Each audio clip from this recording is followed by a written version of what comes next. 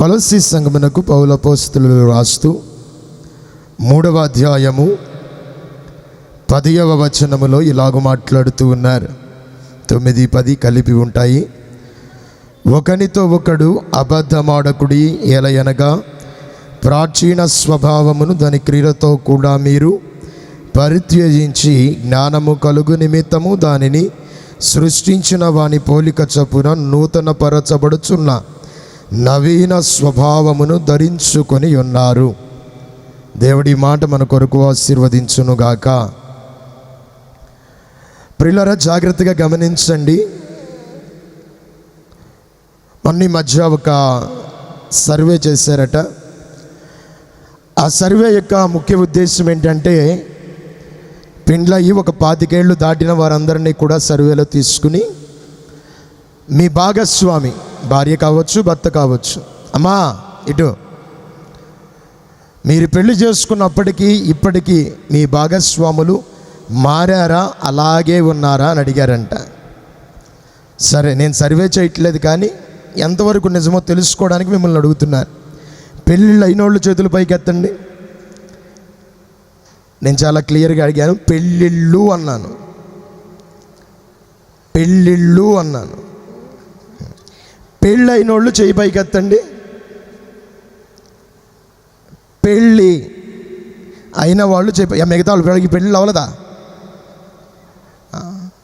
పురుషులు ఎవరు ఎత్తట్లేదు. నువ్వు చెప్తే మేము చెయ్యెత్తాలే ఇంట్లోకి అని కూర్చున్నారు.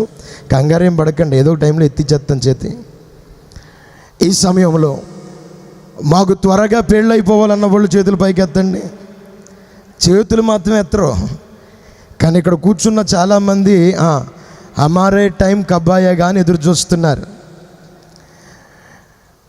ఇవాళేమో వారు పెళ్లి చేసుకుంటున్నారు, ఎప్పుడో చాలామంది పెళ్లి చేసుకున్నాము. కొంతమంది టైం త్వరలో రాబోతుంది, కంగారేమీ లేదు. అయితే ఈరోజు నేను అడుగుతున్న ప్రశ్న, మీ భాగస్వాములు మారారు, వారిలో మార్పు జరిగింది, వారిలో ఒక రకమైన మార్పు కనిపించింది అన్నవాళ్ళు చేతులు పైకెత్తండి. లేదండి, మా ఆయన మా ఆవిడ పెళ్లి చేసుకున్నప్పుడు ఎలా ఉన్నారో అలాగే ఉన్నారు అని అంటే కనుక చెయ్యెత్తక్కర్లేదు. మా వారు మారారు అన్నవాళ్ళు చేతులు పైకెత్తండి. అయితే మీరెవ్వరూ దైవిక క్రమంలో బ్రతుకుతున్న వాళ్ళు కాదు. నేనంటలా, దైవలేఖనం చెప్తున్న మాట అది. నూతన స్వభావాన్ని అలవరుచుకున్న వారమై ఉన్నాము. ఇప్పటి వరకు వైవాహిక జీవితము అలవాటు లేనివారు, ఇప్పటి వరకు వేరు శరీరములుగా బ్రతుకుతున్నవారు, దైవ వాక్యమును బట్టి వారి హృదయాలను ముడివేస్తూ ఉండగా, ఆ ముడివేయబడిన హృదయాల ద్వారా దేవుని వాక్కు విడివిడిగా ఉన్న ఈ 2 మట్టి పెడలను ఏకపరిచినప్పుడు ఆ దేవుని ఆత్మ ప్రోక్షణ వీరిలో నిలిచి ఉన్నంత వరకు వారు ఇరువురిగా కాక ఏక శరీరులుగా ఉంటారు అని దైవలేఖనం చెబుతూ ఉంది.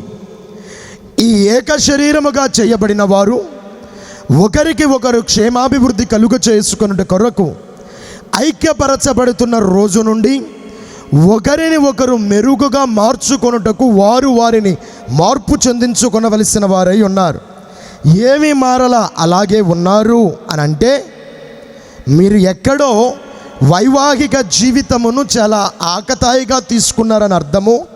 దానికి ఇవ్వవలసిన ప్రాముఖ్యత, దానికి ఇవ్వవలసిన పరిశుద్ధతను మీరు ఆపాదించుకోకుండా ఏదో పెళ్లి చేసుకున్నాం బతుకుతున్నామని బతుకుతున్నారు తప్ప, వైవాహిక జీవితములో దేవుడు దాచి ఉంచిన మాధుర్యమును, ఔన్నత్యమును, ఆ ఔన్నత్యము వలన కలుగుతున్న దేవుడు తను పొందుకోవాలని కోరుకున్న మహిమను, ఘనతను ఆయనకు ఆపాదింపలేని స్థితిలో బ్రతుకుతున్నట్లయితే మీలో మార్పు లేదు అని మీరు ఒప్పుకోవచ్చు.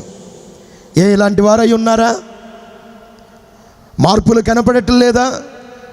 ఇవాళ వరకు మా ప్రకాష్ బాబుకు చాలా నచ్చినవి ఉండొచ్చు, నచ్చకపోయినవి ఉండొచ్చు, కానీ తనకు నచ్చినవి వారి భార్యకు నచ్చకపోతే రేపటి నుంచి మార్పులు చేసుకుంటూనే వస్తూ ఉంటాడు. ఆల్రెడీ మార్పు స్టార్ట్ అయింది, మీకు తెలియదు, నాకు తెలుసు. నిన్న చూసాం కదా, చెప్పాల్సిన వాళ్ళు మేనమామల వాళ్ళు అందరం వెనకాల ఉన్నారు, ముందుంటే చాలా బాగుండేది. తనను తను మార్చుకుంటున్నాడు ఆయన. అలాగే తన భాగస్వామి కూడా, కుమారి గారు కూడా తనను తాను మార్పు చెందించుకుంటుంది. ఎందుకని?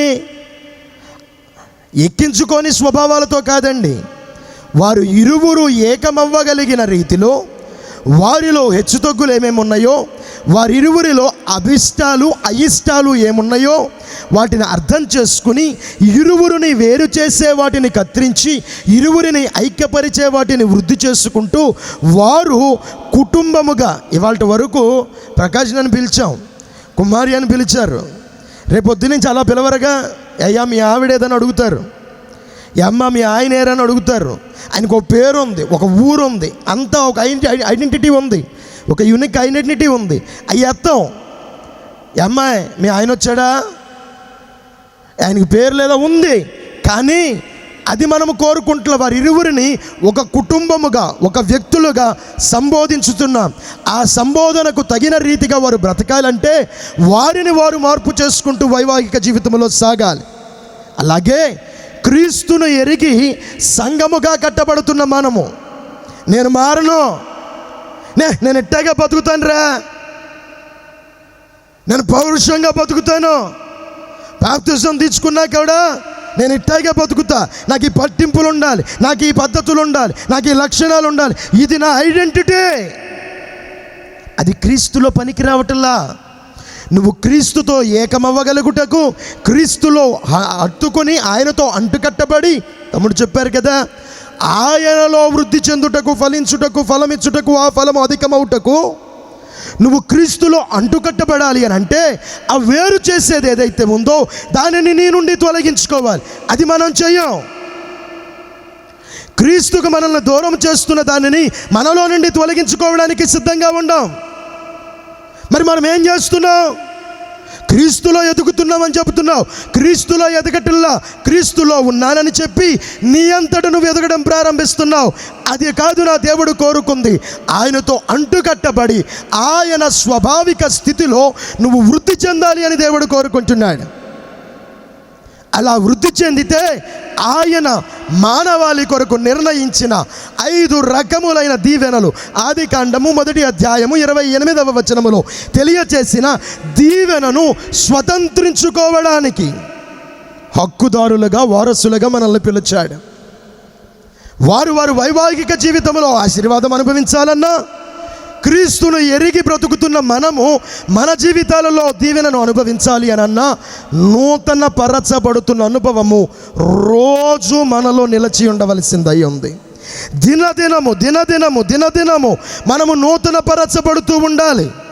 ఆధ్యాత్మిక స్థితిలోనూ, వారి బాంధవ్యములోను. అందుకనే సిగ్మండ్ ఫ్రాయిడ్ మాట్లాడుతూ అని అంటాడు తన బుక్లో, ప్రేమ అంటే రోజుకొకరితో ప్రేమలో పడేది కాదు, ఒకరితో ఆకర్షింపబడేది కాదు, ఒకే వ్యక్తిని జీవితకాలము పాటు దినదినము నూతనముగా ప్రేమించగలగడం అని అంటాడు, నూతనముగా అర్థం చేసుకోగలగడం అని అంటాడు. రోజు వారి వైవాహిక జీవితము ఒక నూతన అనుభవముతో కూడిందై ఉండాలి.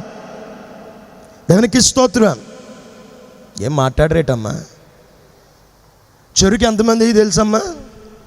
చెరుకు గెడ మొత్తం ఫారిన్ నుంచి దిగిన బ్యాచ్కి వాక్యం చెప్తున్నాను, అది తెలుగులో. నేను చెరుకు గెడ తెలియదు మీ బతుకులు, మీకు అసలు చూడలేదు మీరు ఎప్పుడు?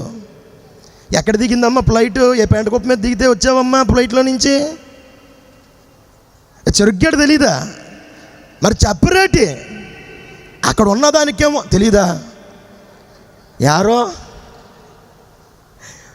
అయితే మీ నాన్న కొని పెడతలేదురా నీకా?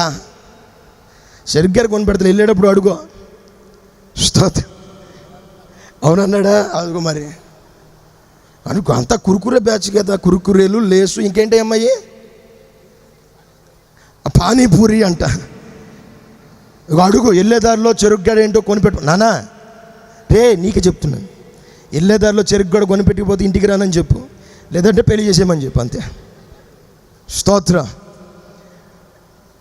చెరుకుకి ఒక ప్రాముఖ్యమైన లక్షణం ఉంటుందండి. ఏంటో తెలుసా? మీరు దాన్ని ఎంత పిండితే దాంట్లో నుండి చివరికి పిప్పురా అంటారు చూసారా, ఆ పిప్పులో కూడా ఇంకా ఓటు ఉంటుంది. వైవాహిక జీవితము ఎన్ని నలపబడితే, ఎంత మరిగితే అంత దానిలోని మాధుర్యాన్ని అనుభవించగలుగుతారు. గట్టిగా చెప్పాలి. అలాగే క్రైస్తవ జీవితంలో కూడా నువ్వు ఎంత నలపబడితే అంత మధురత్వములోనికి వెళ్ళబడతావు. దేవునికి స్తోత్రం. ఆ మధురత్వంలో ఉండాలని దేవుడు కోరుకుంటున్నాడు. అందుకే కదా 2వ అధ్యాయము పరమగీతముల గ్రంథము 14వ వచనములో మాట్లాడుతూ అంటాడు, బండ సందులనున్న పౌరమా, పేటుబీటులను ఆశ్రయించిన పౌరమా, నీ స్వరము మధురము, నీ ముఖము మనోహరము. స్వేచ్ఛలో ఉన్నందుకు కాదు, నువ్వు దినదినము నూతన పరచబడుతూ ఉన్న దాన్ని బట్టి నువ్వు ప్రియునికి ఇంపైన దానిగా, కోరుకునిన దానిగా మార్చబడుతున్నావు. మీ ఇద్దరు కూడా ఎవరో ఎన్నో సవాలక్ష చెబుతారు, మా పెళ్ళిలో మేము ఎలా ఉన్నాం, మా జీవితంలో మేము ఎలా ఉన్నాం, ఈ తెలివితేటలు వాడి మా ఆవిడ నేను చెప్పుంటారు ఆల్రెడీ మా ఇల్లు అందరూ కలిపి. కానీ నిన్ను నువ్వు మార్చుకుంటూ ఉంటే నీ వైవాహిక జీవితం మాత్రం దీవెనకరంగా ఉంటుంది. అమ్మా, నువ్వు పెరిగిన నేపథ్యం, నువ్వున్న ఇల్లు, నీ బంధువర్గము, నీ స్నేహితులు వేరు. ఈరోజు నువ్వు వస్తున్న ఇల్లు, నువ్వు ఉంటున్న కుటుంబం, నీ జనులు మారుతున్నారు. వారిలోనికి వచ్చినప్పుడు నీ ఆశలు, ఆలోచనలు, నీ ఉద్దేశాలు మ్యాచ్ అవ్వచ్చు, మ్యాచ్ అవ్వకపోవచ్చు. కానీ ఇదిగో, వాటిని మ్యాచ్ చేసుకుని నీ భర్తతో నీకు ఏకీభవించడం నీ బాధ్యత.